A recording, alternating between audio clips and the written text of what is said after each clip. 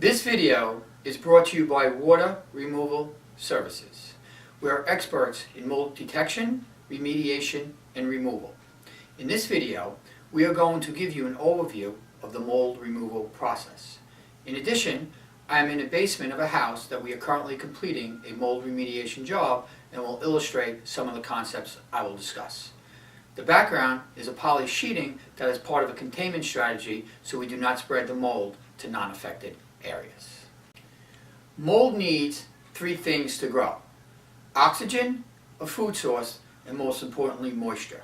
Oxygen is all around us and is always available for mold growth. A food source for a mold spore is any organic material it lands on and absorbs. Food sources include sheetrock, latex paint, dust particles, wood, and paper. Moisture is the third and most critical component for mold to grow. It can come from any water source. Some examples include a poorly ventilated bathroom, damp basements and crawl spaces, flooding or water getting into the walls, broken or leaking pipes, leaking windows, leaking air conditioners. Obviously there are many others, but these are just some. Mold typically has a musty smell that alerts people to possible issues. Before starting any mold project, these general issues should be addressed. First, safety of the occupants and the individuals performing the mold remediation work. You should take all necessary actions to prevent cross-contamination or the spreading of the mold to non-affected areas. Eliminate the water source, which is creating the mold environment. Be sure to eliminate all mold with a process designed for non-porous, semi-porous, and porous materials. Porous is defined as the ability of a material to absorb water or for the water to penetrate. An example of a non-porous item would be glass or glazed tile. Carpet or sheetrock are considered porous, and wood and concrete are semi-porous. Locating the water or moisture source in a mold remediation process is a basic requirement for the mold project to be successful. As we discussed, moisture is the most critical element and must be eliminated for any mold project to be successful. The moisture source must be determined and eliminated. This can be as simple as a broken pipe, or can be quite tricky to determine the source. The water source must be determined and eliminated. The following is an overview how to clean the affected area in a mold remediation project. Generally, the affected area should be vacuumed with a specialized HEPA filter vacuum. Any equipment used must be thoroughly cleaned to prevent cross-contamination. Non-porous surfaces should be cleaned to remove the mold and can be reused. Semi-porous materials can often be cleaned and reused. Two examples are wood and concrete. More porous materials, such as drywall or carpet, are hardly ever salvageable once they have been contaminated. An application of an antimicrobial agent is typically applied after removing as much of the mold as possible. An antimicrobial agent is a fancy name for an agent that is capable of killing mold. The chemistry of these agents has advanced, and they are quite effective and safe when used appropriately. I am now going to illustrate the concepts I have described on a project we are currently working on. Behind this poly sheeting is a bathroom located in a basement. The basement had a musty odor.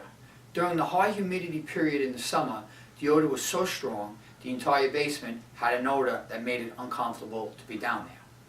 Here is a picture of the bathroom when we first encountered it. Okay, so it's a typical finished bathroom.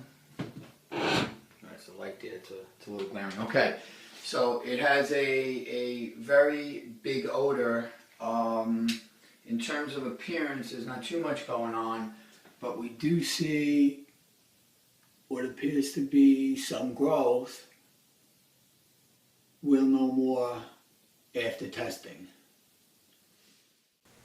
Through a combination of sampling procedures, confirm the presence of mold. Locating the moisture source, then eliminating it, is an absolute necessity for a mold remediation project to be successful. The origin of the water was a vent for the dryer. It was not venting outside, but the moisture was venting into the walls.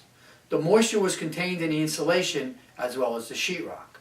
The dryer was in the next room, and the moisture made it behind the walls in the bathroom.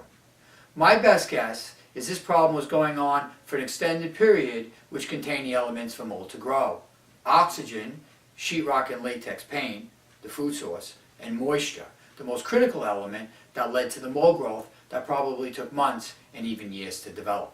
Here is the picture after the remediation.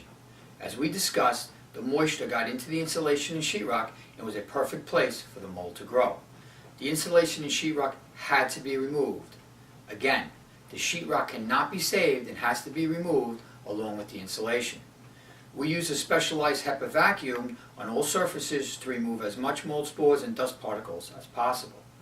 All non-porous materials were cleaned and can be reused. We applied an antimicrobial agent on the remaining items in the bathroom.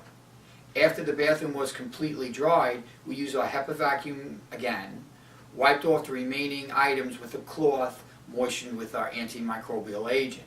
I want to emphasize that we use specific protocols to ensure there was no cross-contamination in the cleaning process. The wood, a semi-porous material, was sanded, treated with an antimicrobial, dried and sealed so we can be assured there is no chance for any mold to grow. I would like to emphasize some important concepts as illustrated on this job. The amount of visible mold on the wall was relatively small, but the bathroom created an uncomfortable smell in a 900 square foot basement. After confirmation that mold existed, locating and eliminating the water source was absolutely necessary. It was quite tricky and took some detective work to locate and solve the problem. The sheetrock, which was contaminated, had to be removed along with the wet insulation. The mold was in the sheetrock, and an application of an antimicrobial agent would not have solved the problem. Additionally, the water source would not have been found and stopped, and the insulation and sheetrock was still wet, and mold would have continued to grow. A major concern in a mold remediation project is cross-contamination, or the spreading of mold from an affected area to a non-affected area. We have set up a containment area to ensure that cross-contamination does not occur. Mold growing from the bathroom to other areas of the basement. There are a variety of procedures we use to ensure we do not contaminate other parts of the structure. Some techniques to prevent cross-contamination include setting up a containment area, negative air, making sure the HVAC system does not spread the contamination, and double bagging affected items in the affected area as to not contaminate other areas. We use a variety of personal protective equipment to ensure our safety during a mold project. Some basic equipment include an air purifying respirator. Here is a picture of a half-face respirator, a full-face respirator, a protective suit with gloves. Of course, a respirator would be worn with the suit. Thank you for watching this video. I hope you have gained some insight into the mold remediation process.